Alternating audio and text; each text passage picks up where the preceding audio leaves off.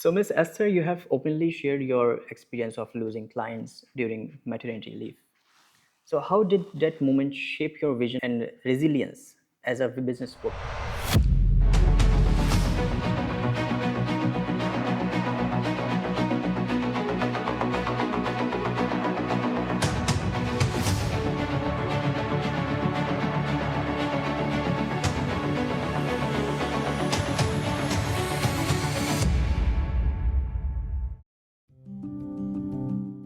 So, thank you so much for joining LeadersTalk.Global, Miss Esther. Take us back to your beginning. What kind of child were you? What you wanted to become? As far as I remember, I always wanted to help people. Initially, I wanted to be a psychologist. My mom was a single mom, and she always taught me to work hard for what I want, to be independent. That's what she taught me all my life. And I think that's what led me to recruitment, because I did a business degree in engineering. And then I realized that I love to help people, but I also love to be surrounded by people. And in recruitment, you kind of do both. You're helping the candidate, and at the same time, you grow a big network. So I think I managed to combine the both. So, what gap did you see in the GCC design market? I think the main thing is the main issue at the moment is that candidates jump around every couple of years for a slightly better salary, which is a big problem at the moment, and that's why we are here to try and educate. Like, the most important thing in your CV nowadays is stability. Like, if you manage to stay at least 4 or 5 years in the same company, you will show that you have loyalty, you will show that you are hardworking, and that you don't just give up after a little issue or just for a couple of thousand years. So, Miss Esther, why L&C? What inspired you to build this company? L&C started for life and career recruitment, because for me you cannot separate the two. So every time we interview candidates, we make sure we understand both sides of their life, because, for example, we need to make sure they are a good culture fit. If I have a client telling me we work extremely hard, back-to-back deadline, and the candidate is just a new mom and they want a really 8 to 4 type of job, we know it's not a match. So we always consider both. And I wanted to start L&C mostly because most recruitment agency will always push to make the deal happen. So for example, if the candidate starts saying, no, I'm not interested in this job, they will be like trying to close the deal. But for me, this doesn't work. It's not sustainable. If the candidate think it's off, I actually listen to them and make sure that they don't pursue this job, because even my clients, they will find their candidate now, but after a few months they will leave. So I wanted to really do things different and focus on both life and career. L&C Recruitment aims to be the first company designer and architect think of in the GCC. What makes your approach different from the traditional recruitment agencies?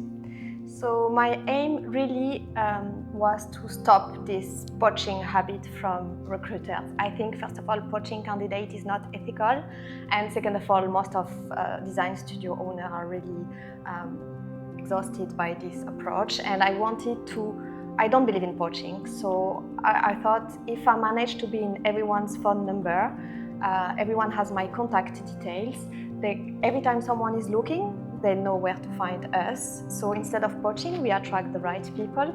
And that's where I started to put myself in all the events, podcasts. And I think we did a great job. I think most of us will know of us. And as soon as they are looking, we have the best candidate immediately. In creative industries like architecture and design, culture fit is as important as skills. So how do you ensure you're matching not just CVs, but personalities and values? That's also one of the reasons why I'm extremely active in networking events, because this is how I get to know people on a deeper level, and that's the only way I can know if they're going to be a good culture fit with my clients. Realistically, as a recruiter, unfortunately, we can't meet everyone we interview. So by going into this large event, I managed to meet a lot of people, and then I know if my candidates say I want someone more extrovert, more bubbly, or I want someone just working hard, or I will know immediately who to represent. From your experience, what are the biggest hiring challenges design studios in the GCC are currently facing? What I hear a lot now is, I mentioned that a bit earlier, but people will leave just for a slightly better offer, or they will play the game. They will go on interview, get an offer, go back to their previous employer, get a counter offer, eventually stay. They are just playing the game of just the salary because they know it's a competitive market, they know everyone is hiring, and I think this is not a healthy way to build a career.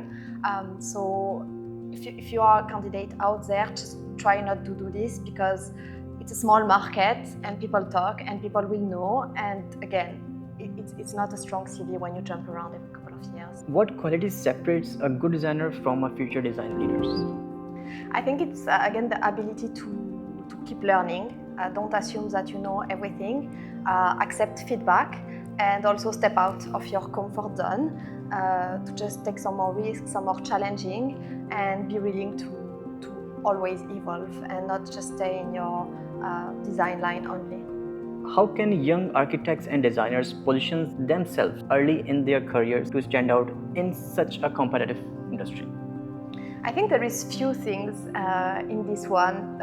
First of all, you need to try as much as you can to go on to different internships, different design studio. Big names will really help your career. So don't be only attracted by the salary, but more of the possibility of what you will learn and what kind of mentor you will get. And try also to get visible. So go out there, go on, try to be nominated for a Junior Designer Awards, try to work on competition for furniture piece design, for example. The more you get visible, the more traction you will get on your profile in the future. What common mistakes do creative professionals make during interviews or portfolio presentation? I think the main mistake is they forget to storytell. So basically, they will take all their projects, let's say they work on 20 projects, they will want to highlight them all and put a visual on it. No, like it's better to select, let's say, 5 of the top projects you worked on, the one you are the most proud of, and on each project you need to highlight each steps of the project. Let's say, what was a client brief, how did you come up with a concept, space planning, FF&E, CAD, until the picture of the end project. So make sure we can see everything, and make sure we know also what's your involvement in the project, because on some projects you might have done it all, and in some projects it will be only FF&E selection, so we need to know exactly what you've been doing. So instead of trying to highlight as many as you can, just highlight a few, but really go deep into what was your responsibilities. So, Ms. Esther, you have openly shared your experience of losing clients during maternity leave. So, how did that moment shape your vision and resilience as a businesswoman? So, yeah, what happened in my when I had my second child less than 2 years ago? Actually, I didn't really take maternity leave. I'm a really hard worker. I even took my laptop to the maternity. Okay. But I was staying at home mostly because I was breastfeeding, and one of my very good client, and she knows me, and she has 4 kids. She took a long break, and she knows exactly what's my situation. She asked me for a physical meeting, and I said, unfortunately, I cannot at the moment, but I can do online, or I can send you our operation director to come and meet you face to face. And she said, Esther, in this case, we cannot work together anymore. And really, that was a pivoting moment in my life, I would say, because I thought, how these women went through the same thing as me, and is not able to understand my situation and see how far I'm coming to offer suitable solution. So I thought, we need to talk about it publicly. We need to help the women out there, because I'm not the only one in this situation. And that's when I created the Return to Work Mom for architecture and design. It's been 1 year now, and we are thriving, and women are really, really getting the help they need. So she did a favor to me at the end. As a single mother of 2 and a business owner, what mindset shifts help you to continue building your career? So being a mother is hard. Being a single mother, I think, is probably harder. And being a business owner, it's like a third child. Yeah. So there are days, of course, I'm like, okay, no, today was too hard. I cannot do it anymore. I don't know how I'm going to stand even tomorrow. But I think the mindset shift really was, you need to put everything in perspective. Because sometimes, for example, at some point I was devastated because my son was rejecting school. So someone told me, just put everything into perspective, and eventually it will pass. One day he will love school, and now he loves school. So we need to really just keep going. Everything shall pass, and keep working hard to lead by example, because you want to give the right example. You want to show your kids that you are still standing every day, that you, even if you have low moments, you're still going to work, you're still showing up, you're still trying your best. And yeah, that's really what changed my mindset. What unfair behaviors do you see in the market towards working mothers? So we have a lot of women. We went through interview and they asked them if they have a family, and they said they have young kids and they didn't get the job because of this.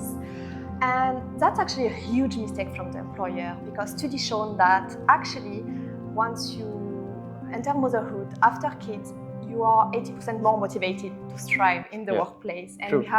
we are a huge asset in the workplace.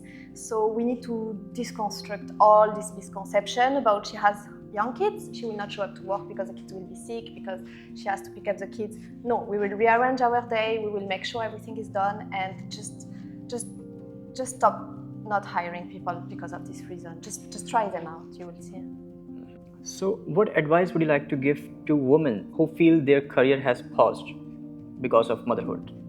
Actually, I met someone recently and she was telling me she had a 10 years gap and she didn't feel like an architect anymore. She felt like she was just a mother. The main advice I would say is, if you want to go back to work, really, first change your circle, because these women often, they are just surrounded by a housewife who are happily housewife and it's good for them. But if your goal is to go for a job, just go out on networking events. Make sure you surround yourself with working mothers, first of all. Change your circle, pass on the word that you are starting to look for a job, because you need to regain your confidence, you need to know who you are. And try to upskill, try to check what was, because if you took a long gap, sometimes you're not up to date with the latest software. Get familiar with AI, for example, check what the market needs and try to study them, so you always have a selling point as well when you go out there. How can companies better support return to work moms in a meaningful and sustainable way? I think it's all down to communication, because really there is no one will fit all. Unfortunately. So I know in big corporate we will put down policies, maternity leave and all, but this doesn't work because every woman is different. Some women, they just don't want to take a break. They have very difficult, traumatic child delivery, for example, but they need to work straight after. Why? For their sanity. Some women, they need a long break. They need 3 years, 4 years. Some women, they want to go out there in the office because they don't like to stay at home. But some prefer to work from home because they cannot leave their kids to a stranger. So it's a case by case. So make sure you communicate. If you need to retain this employee because she's good, just ask her what she needs. And sometimes they don't know. So ask her once she delivered again what she needs. And so again, it's all down to communication. So we don't miss on these talents just because they go through motherhood. So Miss Esther, through your podcast, The Designer Recruiter, you interview top design leaders. What patterns or lessons consistently emerge from successful leaders? I think the main thing is mindset. Okay. So mindset will always be more important than any skills. So most of leaders are looking to hire people who are reliable, loyal, hardworking, polite. Like, not only be polite with your client, be polite with the receptionist. Like, always show up your best self. Mm-hmm. And this is everyone says the same. It's not about your CV. It's not about your portfolio. Of course, it's important to be creative, to have the skills. But if you're not a good human, you're not going to get the job or you're not going to stay long term. So can you please tell us, why is mentorship and guidance so critical in the early stages of a designer's career? I think personally, when I was 25, I had no idea what I want to do. And I think a lot of designers are the same. They don't know if they want more design, more site, more leadership, they want to work on residential hospitality.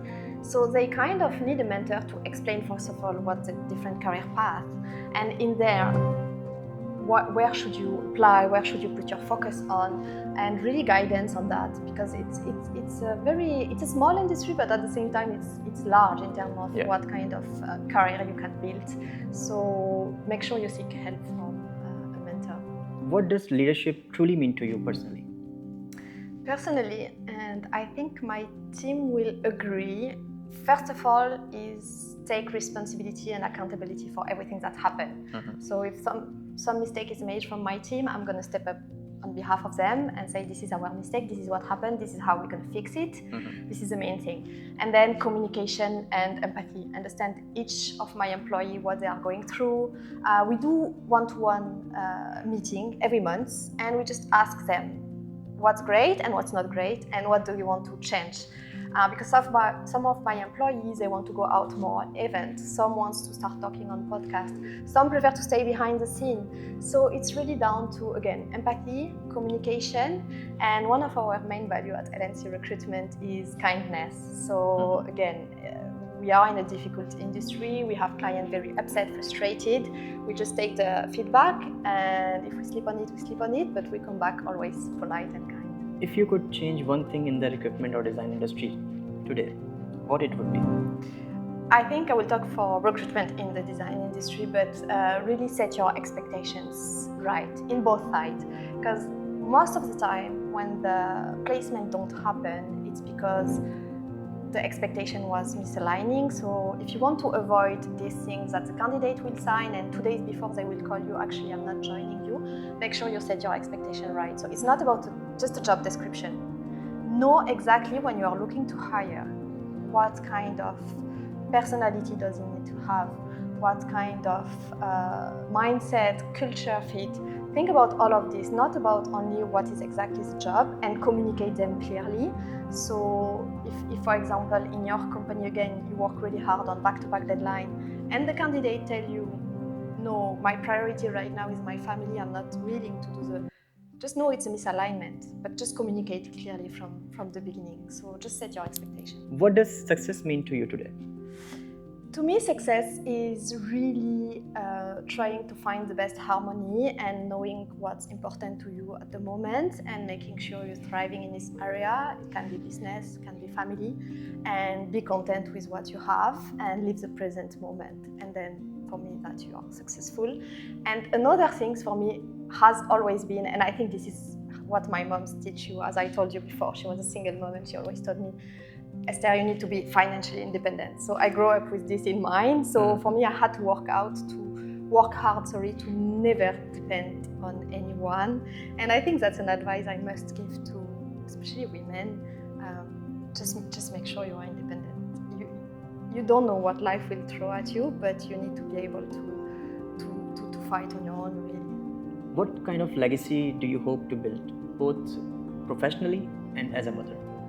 Professionally, I'm trying to really help one person at a time, inspire one person at a time, and then this person will inspire someone else, and it will be a snowball effect. And as a mother, it's really know your value and stay true to your value. So I always teach my kids respect, treat everyone the same, no matter what is the gender, race, background, seniority, like treat everyone with the same amount of respect and the same way you would like to be respected. What message would you like to give to ambitious women trying to balance their career, growth and family life? I think really you need to know that you need to be kind with yourself. Don't compare yourself to someone else's situation. I know with social media we compare ourselves a lot, but even me, some people tell me, oh, you seem to have it all. No, when I started my company 5 years ago, it was really, really hard. The first year is hard, the second year was COVID, so I was working 24/7 for no money, literally. But at that time, my main focus was my business. So one day you'll be a good in business, one day you'll be a good wife, one day you'll be a good mother. It's okay, you need to focus on what's important. Nowadays, what's important for me is my family. So my business is doing super good. Now I'm saying no to Saudi event, no to some client in Saudi. Why? Because my daughter is too small, I don't want to travel, I don't want to stay, to let her alone. So make sure you don't compare yourself and make sure you don't find the right perfect balance. It doesn't exist. Some days you'll be a good mom, some days you'll be a better business leader, and be kind to yourself. So now, Miss Esther, before we close, let's move into a quick rapid fire round. Okay. So one word that defines your leadership style. Empathy. Recruitment is more about dash or dash? Mindset Okay. than skills. And? It's more about mindset than the actual skills. Okay. A designer should focus more on talent or discipline? Discipline. One quality every architect must develop early? Learning to learn. Portfolio mistake you see too often? It's again down to what I explained earlier. It's not having a variety of projects and not knowing what you did on each project. So make sure you explain well each project, and we see your involvement from A to Z. Just don't only put visual. I receive a lot of portfolio. It's 100 of visual and that's it. Mm-hmm. And you are not a 3D designer. You are a all-round designer. So don't make this mistake. Motherhood in one word. There are so many words coming to mind. Cannot be only one. I would say learning and love. Okay. Confidence grows from experience or self-belief? Both. Someone told me one day, so I was completely scared about public speaking, and someone told me, don't worry, you will do it 10 times and then you'll be confident. I did it 10 times and I was still very scared of it. Mm-hmm. And it was down to self-belief. So you really need to work on yourself first, because if you keep betraying yourself behind mm-hmm. the scene, you will not believe in your affirmation and all. So both. A strong company culture is built on what? Communication. The best investment a young designers can make? Yourself. Invest in yourself. Learn as much as you can. Self-development, skills. Just learn. Success without balance is what? Burnout. One habit that changed your life? Working out. Okay. So I think a lot of women mm-hmm. are too much focusing on their family. I actually met a young architect recently, and her life was architecture, kids, husband. Okay. And she had no workout, no friends, no health education whatsoever. I actually started a group for women working out. Really? Workout really changed my mind. If I'm depressed, if I'm down, if I'm stressed, you just put yourself in movement mm-hmm. and it really, trust me, change your life. And if you don't know where to start, you can check F45. I think it's the best workout ever. Okay. Mentorship or self-learning? Both. Mentorship, you'll get more one-to-one, and self-learning, you'll have access to it bigger. Okay. Legacy is about impact or income? Impact. Coffee or late night work? Coffee. I'm in bed at 9. Okay. Structure or creativity? Structure. Okay. I'm not a designer. Okay. Risk or stability? A risk. Ambition or harmony? Harmony. Leader or learner? Learner. Okay. Forever learner. Learner and leader. But learner first. So thank you so much, Ms. Esther. Your journey reminds us that careers evolve, industries evolve, but resilience and purpose remain constant. So thank you so much for sharing your story with LeadersTalk.Global. Thank you so much. Thank you for having me, and you summarized it so well, actually. Thank you so much.